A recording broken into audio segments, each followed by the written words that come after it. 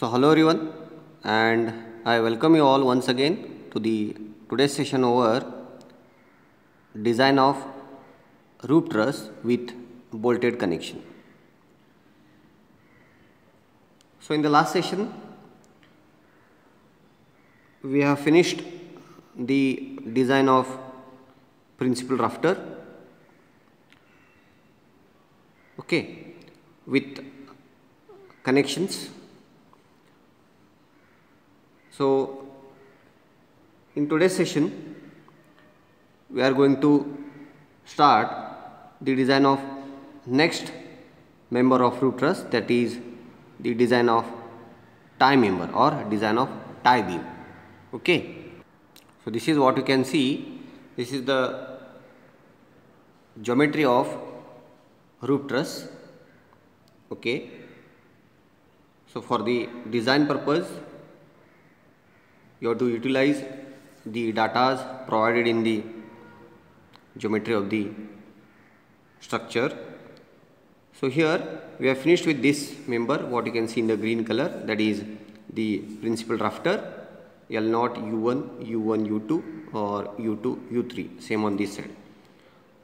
Okay, so in the today's session we are going to start with this member, the design of the bottom rafter or a tie beam, or it is called as main tie. Okay, so from L0 to L1, L1, L2, okay, and so on. So what you can see in the pink color, okay, that is called as the tie beam or tie member. So we have to proceed with design of this member. Okay, so we look out the maximum forces what you have calculated, that is what you call it as a design force. Okay, so here we have the table for the design forces.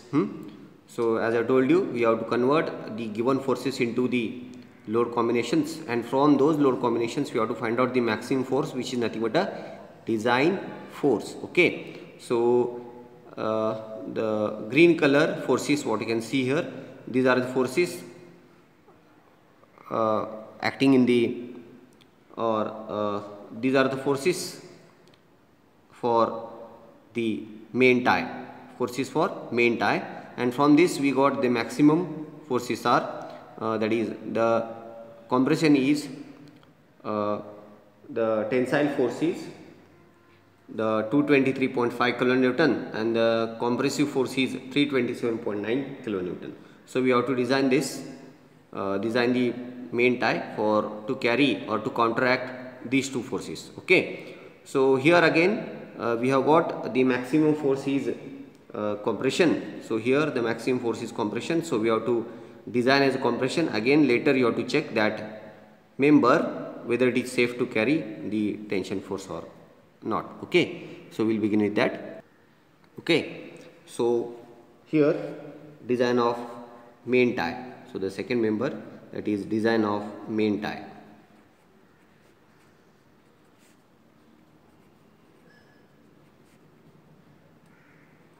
Design of main tie. Design of main tie.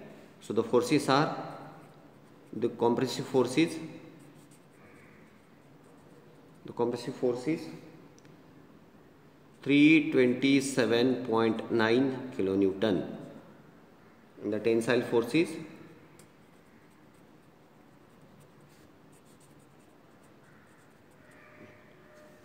it is 223.5 kilonewton. So this is what we got from the table, that is the calculation of design force. So here higher force, so just a note, higher force is compression, the higher force is compression. So we need to design as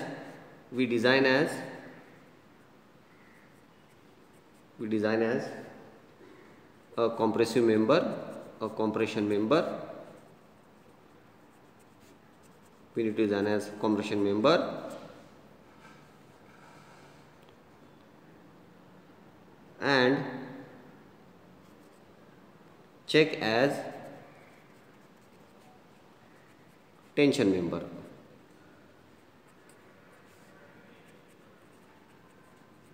So what does it mean here? What does it mean? So out of these two, we got the maximum force is compression. So we have to design for higher force, that is compression. So we design as compression member, means the procedure we have to start with design as a compression member. In the previous, that is for design of principal rafter, what we did? We the maximum force was tension. So we started design as a tension member, and later we checked that the same member whether it is safe to carry the compressive force. But now here it is the maximum force is compression. So we have to design the member as a compression force, as a compression member to carry the compression force, and the same member what you provide, that again later you have to check whether that member is to carry the design tensile force. Okay, so here we start with design of compression member.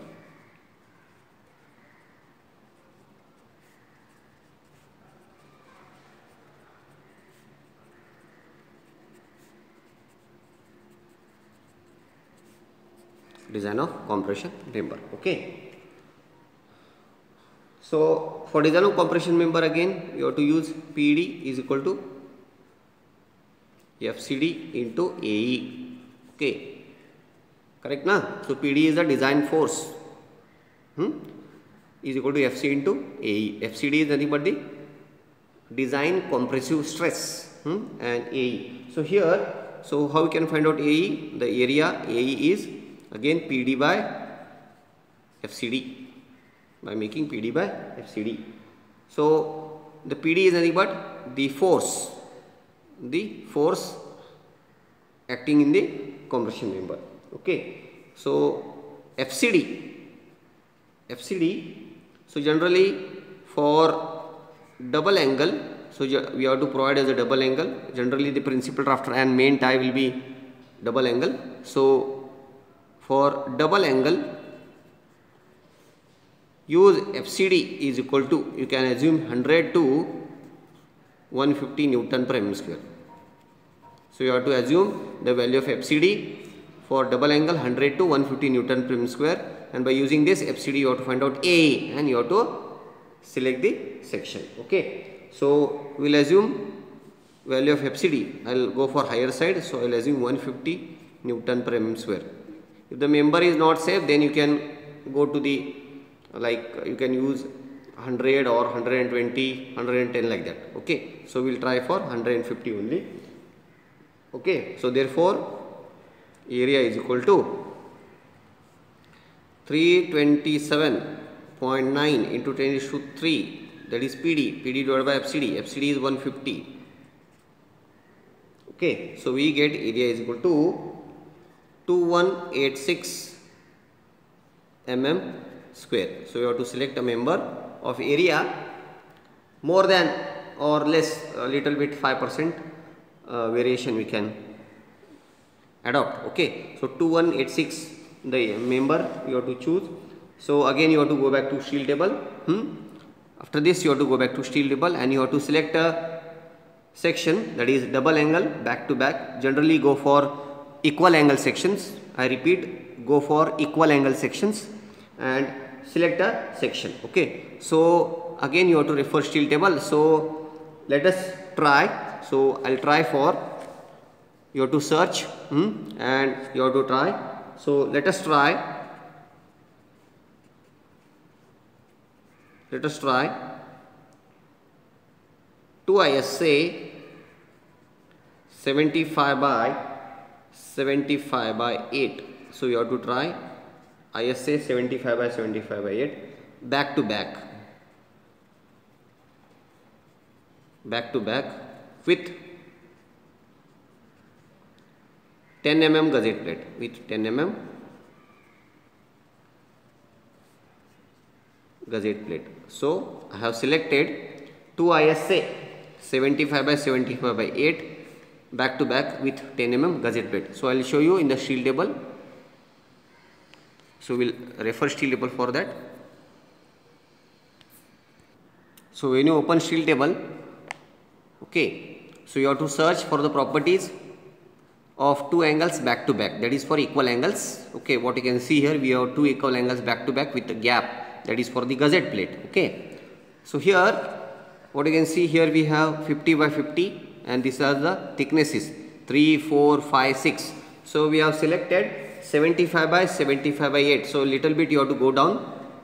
Yes, now here you can find ISA 75 by 75 by 8. Okay, so the thickness of leg is 8 and the size is 75 by 75. Okay, so now for 8 mm thickness, so what you can refer here, 8 mm thickness, the area is 22.76. so nothing but 2276. So you have to note down this, the area is 2276.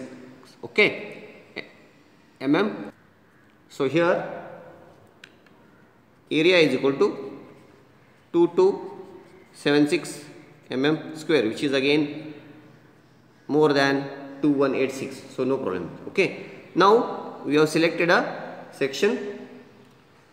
So first of all we check whether it is safe as a compression member, whether it is safe to carry load as a compression member. Okay, now you have to go for check. So here check for compression member.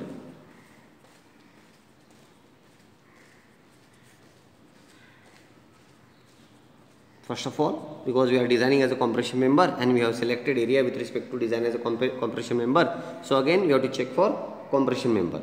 So how you have to check for that? So first of all you have to find out the slenderness ratio lambda. The slenderness ratio lambda, nothing but KL by R minimum. So R is nothing but the radius of gyration, R minimum. Okay, and KL is nothing but what? Effective length. LE is nothing but K into L. LE is nothing but K into L. So the K is effective length factor. K is effective length factor. So that where K is 0.85. Okay, this again as per the code. If you want, I will show you that. Okay, here. So as per again IS 800 2007, page number 35, clause number 7.2.4. I repeat once again. As per IS 800 2007, page number 35, clause number 7.2.4, compression member in trusses. So that time what they have given, if it is bolted, riveted, welded, the effective length KL of the compression member shall be taken as 0.721. So we can consider from 0.721. So I have utilized 0.85. So what you can see here, the clause given, you can use the effective length factor K from 0.721. Okay, I have utilized 0.85. Understood? So you have to refer same clause. Understood?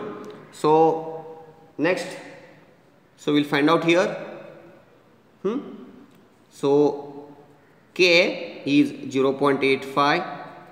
L, the length of the principal knot, the bottom rafter or the main tie, it is 1.55. So 1550 divided by R minimum, that is also very important here. So from steel table you will get the value RXX, RYY. You get RXX and RYY. So you have to refer 22.8. That is from steel table you get the radius of gyration about XX axis, that is 22.8, and about YY axis we get it is at 34.9 mm. Okay, we get these two values. So you have to choose least of these two, R minimum, least of these two. So that is nothing but RXX. So that is 22.8. So we get lambda is equal to 57.7. The value of lambda or the effective slenderness ratio is 57.7. Now what you have to do? You have to go back to IS 800 table number 9C. I will show you that. So here you have to go. You have to refer table number 9C. Okay, that is design compressive stress FCD for column buckling class C.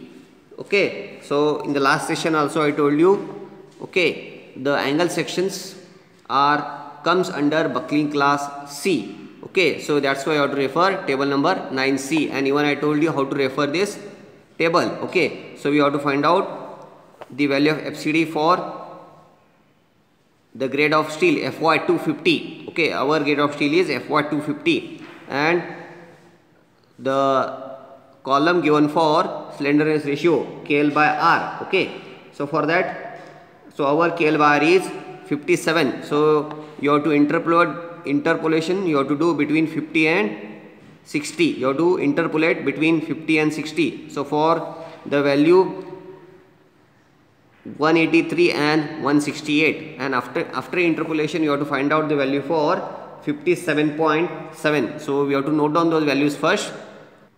Okay, so we have to note down those values first.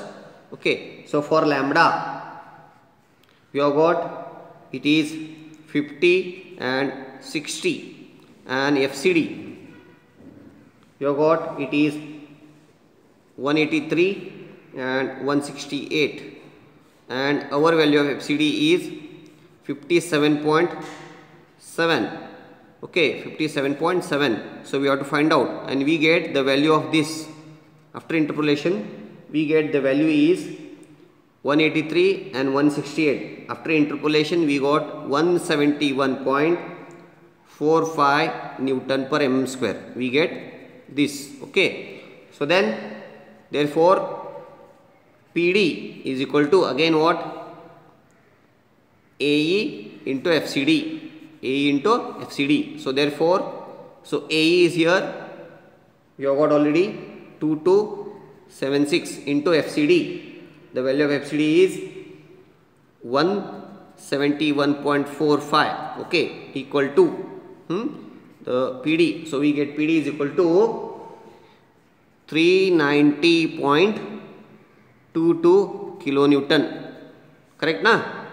Force is equal to area into stress. Area into stress. 390.22 kilonewton, which is more than 327.9 kilonewton. 9 kilonewton. Therefore, okay or safe as compression member. The member what you have selected, okay, it is safe to carry the compressive force. Now the same member, because it is carrying both the forces, that is the tensile force as well as the compressive force. Okay, so for the compression it is safe. Now the same member what you have provided, you have to check for tension, whether the member is safe to carry the tensile force. Okay, so that will continue in the next session. Okay, thank you very much.